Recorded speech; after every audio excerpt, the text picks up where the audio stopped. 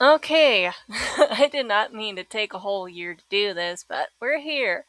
So I posted a little short and asking beginning writers what are some troubles they are dealing with, and I had a few people comment on the one from TikTok, so I was able to do that. But this is one that is from here on YouTube, and these are quite a few questions, so I had to make a long video for this. So this is from my friend, the CrypticAutistic 611.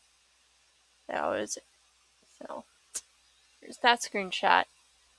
Oh, here's the first question: how to resist letting my thoughts from spinning off into wide world building that isn't even close to relevant to my story. So that one is kind of a difficult one, but let me try to answer this as best as I can. So basically, the question is, um, um, basically, it's more like self discipline, discipline with world. That's not how you say world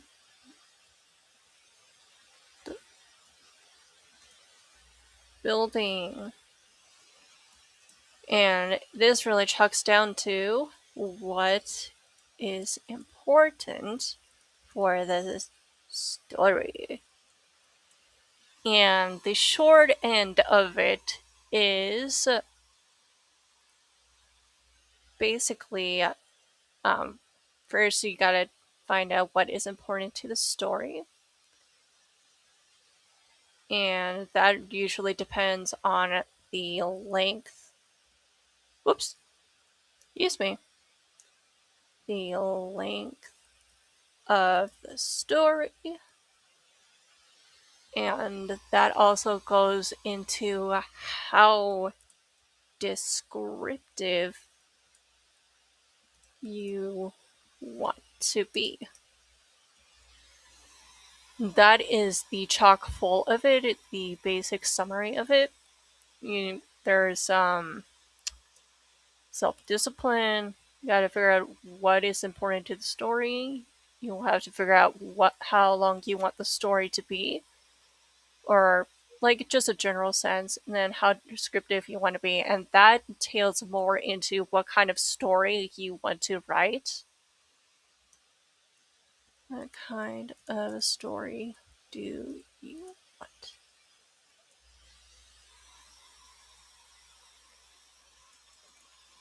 Okay. Yep.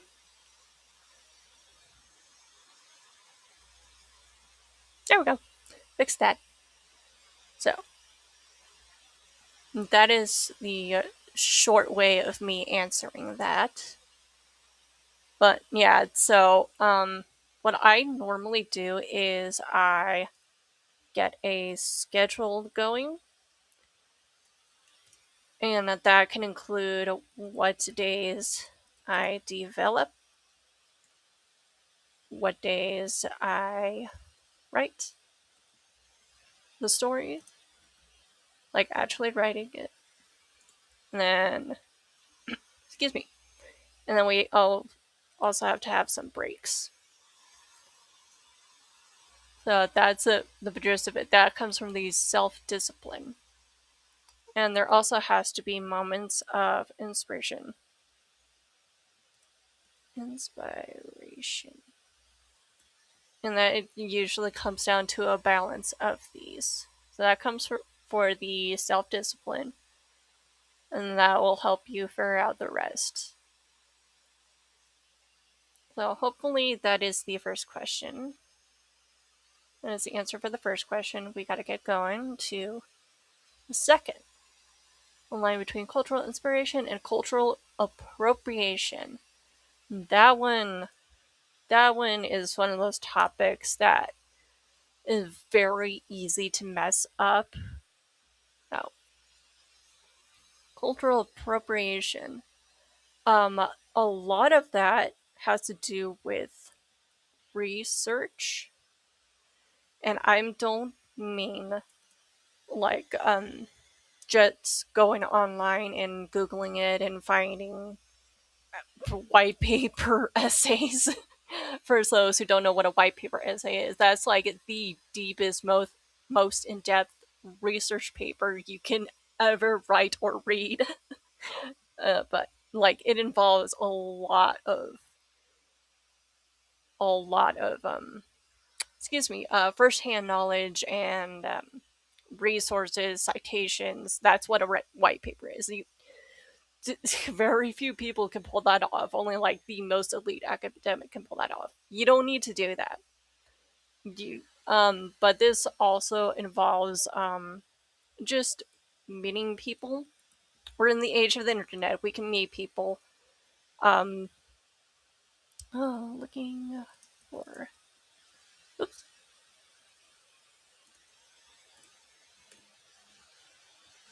There's also oh, people looking for academic papers. There. Oops. There we go. So research is a very good one, but you can only do so much research, and to the point where it could be wasting time when you could be writing your story. Okay, so you have to, again, with the self-discipline and finding a schedule.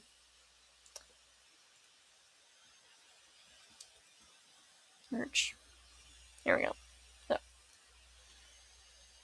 do your research, and that involves meeting people and looking for academic papers. Okay, you a lot of people already do the academic paper things, but a lot of people forget meeting other people, just having a conversation. Or a lot of writers will just do meeting the people and not look for academic papers. No, we want to balance. We want to do both of those. And then we want to find the balance of applying that, and we want a balance of, what are the words that I'm looking for? A balance of um twisting it to your uh I don't want to say narrative because that's propaganda. We want to have a creative twist on it. There it is. Have a creative twist. Because we can do research all day, but sometimes it doesn't matter how much we research, how much we look up stuff, how much we try to please everyone. There's always going to be something that's offensive to someone. But so long as you have the intent of being creative, or just like um just wanting to just wanting to tell a story, so long as you don't have the intent to be malicious, uh no intention of being malicious, let's say that, so long as you have that intent, you should be okay. But that also involves beta readers or sensitive readers. That is the whole purpose of the sensitive reader. Okay, you can have people who can be sensitive readers, who have the knowledge of, hi cat, have probably better knowledge of than you, who are concerning a topic. But at the end of the day, you want to be creative. Put your own creative twist on it, have some peer reviews, and you should be okay. But that's the main thing I want to give to people, because a lot of beginning writers who just like research and try so hard not to offend anyone. And just know that no matter what you do, something's going to happen. Someone's going to be offended. But so long as you have that intention of not being malicious and just wanting to write a cute, fun story, I think most of the populace will be okay with you doing whatever. So long as you're not intentionally hurting people. Water break. Don't forget your water.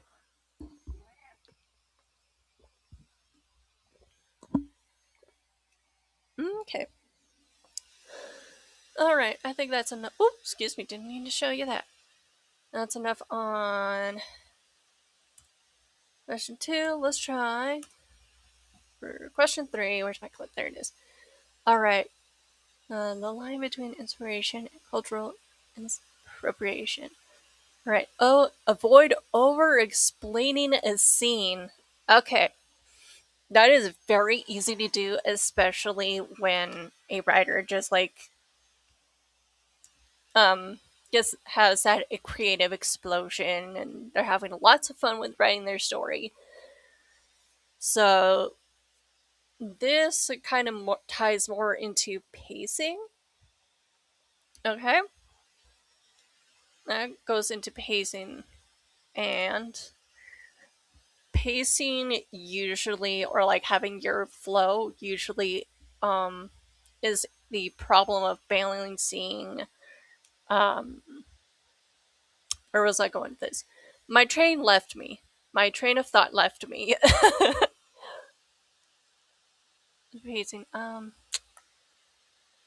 The flow of create. Whoops. Creativity, excitement. Whoop. And I already said self-discipline. So flow of creativity, excitement, and oh, stick. Writing the plot. Sticking with it, so to speak. That usually is the reason why people tend to like over explain something, like they get too in depth into a scene. And I tend to do this a lot too. This usually like goes into that droning voice that usually comes with academic writing, like just writing essays, writing a college paper. That's usually where it comes from, because now you know how to word what is in your brain. That's where it usually comes from, at least for me. And I know Cryptic Autistic, he's a friend of mine, so I know that he went to college as well. That's usually where the over explaining comes from. So a good way to think about pacing, and this is more like a self control. It usually goes into self control. And usually, what I want to do is what has helped me with pacing and not over explaining things is just to like have um, find out how long you want the scene. No, that's not what I want to say. Just say self control. Um, but yeah, that's usually where that comes from. What am I trying to go with this? Oh yeah. So the train left me again.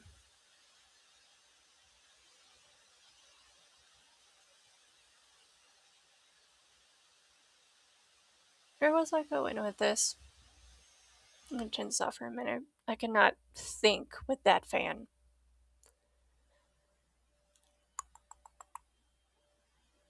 Or explain. Oh, okay. That's the word I was looking for. I should write my own script. I should write my scripts. Uh, a word vomit. Word vomit. That's also another reason why you could be over explaining, because from what I understand, you are writing your first draft. That's what I know. So I know, like, you're in the midst of writing your first draft. So let me put it this way. So first draft will always have word vomit. So since you're on the first draft, just go with it. Just go with it. Let those words flow for now. Let it flow. And then once you start drafting it, then you can find things to cut and whatever.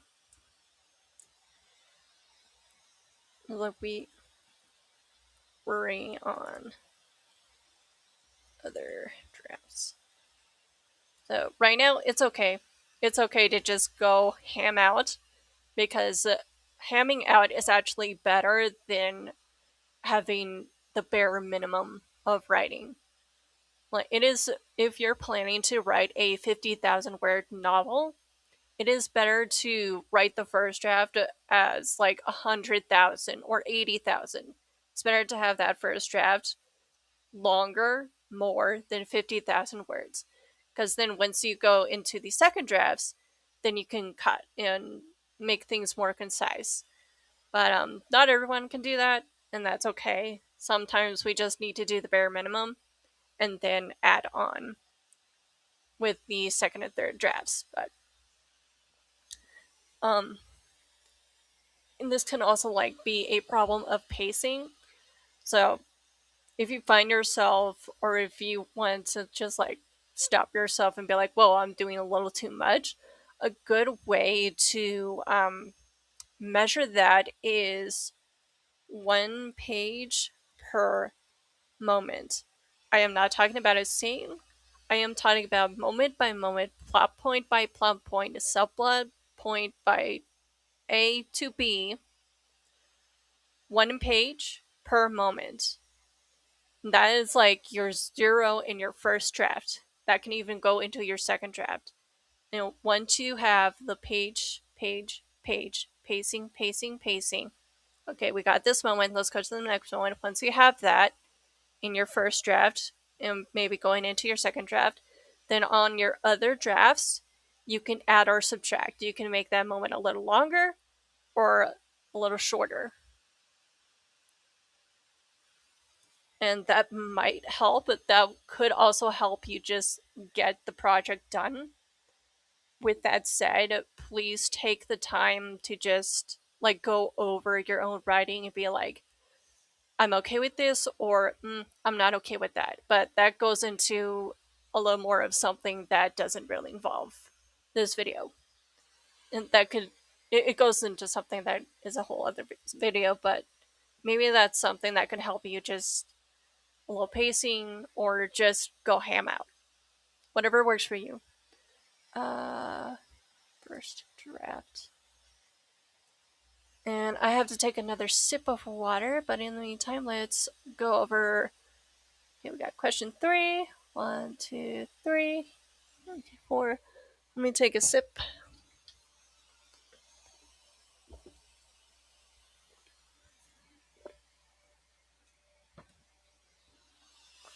Okay. Remembering value of all 5 senses in mood setting, particularly scent for some reason. Okay, so I know a little bit about the story you're writing, so I can see why you would ask that. Let me say it to myself again. Remembering value of all 5 senses in mood setting, particularly scent for some reason. Okay. That sounds more like something that can go into drafting your story. So, like, going into the second or third draft. Those are basically something that you can add into a setting. Setting the mood. Depending on what mood you want to set, can actually dictate how long you spend and how many adjectives you use to set that mood. So if you're setting a more intense scene, because I write horror, if you're writing something that's supposed to have the mood of like intensity and fear and anxiety, you probably don't want to spend too much time going over adjectives and how the character is feeling, how the character is responding, and them describing everything. You don't want to spend a whole lot of time doing that. But if it's something a little more romantic, you might get away with um, more adjectives, more on how are the characters responding to this, what do they feel, and yeah, just be a little more poetic with the writing. If it's supposed to be romantic, if it's supposed to be casual or boring, um, it would be a little more in between that. But again, I just want to reiterate that is something a little more on something you can touch on with drafts when you start drafting into your second and third draft. But just a quick pair up, just um, it really depends on what kind of mood you are setting. And I already gave you the basis for that. Let me just type that in real quick because this is actually more difficult doing this. What mood are you setting? And that's the big thing I want you to take from that is what kind of mood are you setting? Because that will determine what kind of adjectives you're using and the flow that you want to use. And my bun is coming undone. Oh well. Now that we have that, uh, the last one. Of course, we had to save the biggest one for last. Currently, how big a dragon or sea monster can be before a tribe of 40 Stone Age hunters with spear throwers and low level fire magic would have zero chance of taking it down without significant casualties. That, um, actually helps me wrap around to my second answer, the second question you gave me. Actually, do your research, but there has to be a balance of, whoops, I mean, do that, putting your own creative twist on it. Because, again, this is a fantasy, this is a fiction, right? So you can make some stuff up. The reason why I am including research is because if we're talking about mythological creatures, it helps a lot when you have a base creature or basis creature as a reference. Creative twist. Okay? And what I mean by a basis creature as a reference, to use as a reference, I'm going to give you a little example from something that I tend to do. Because, again, I write fiction, I write fantasy. So, let me tell you about a creature that I made up called the Osada. It's called the Osada. Basically, what an Osada is, it is a creature, an animal that is a hybrid between a bear and a wolf. Not not new. Everyone has their hybrid creature of a dog and a bear or something like that. So this is a hybrid of a wolf and a bear. Hybrid between a wolf and a bear.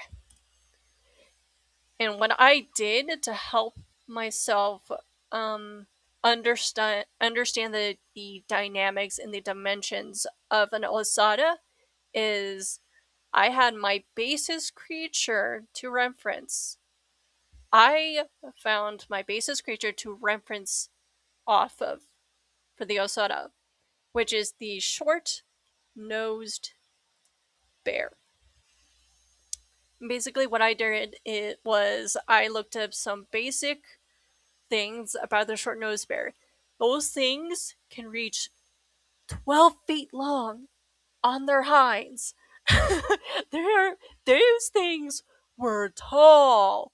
For the longest, I've actually managed to find a picture that I don't have anymore. It's not my background anymore.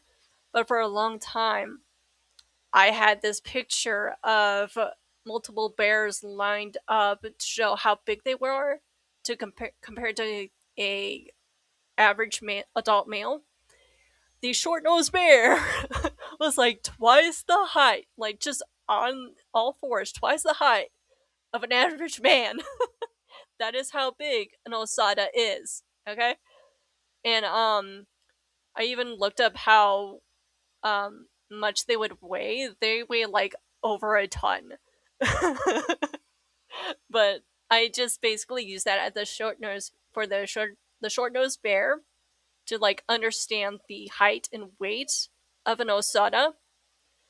But I added some things to the osada because again it has some wolf in there, so I added um a slightly longer nose than the short nosed bear. I added longer claws, more mountable fingers. I added a longer tail just so that the osada can have some more dexterity, some more flexibility, agility.